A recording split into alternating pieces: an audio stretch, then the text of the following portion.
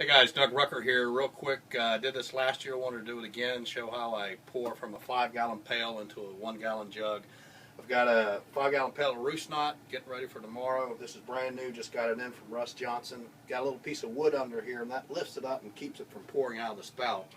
But I just simply put my 1-gallon jug under it and just roll it. And you can just pour real easy into a 1-gallon jug without spilling. Now once I've done the 1-gallon jug, it's no longer ever going to pour out, so I don't need to use that piece of wood that's underneath there anymore. Alright, hope this helps you guys. If I can help you in any way, just let me know.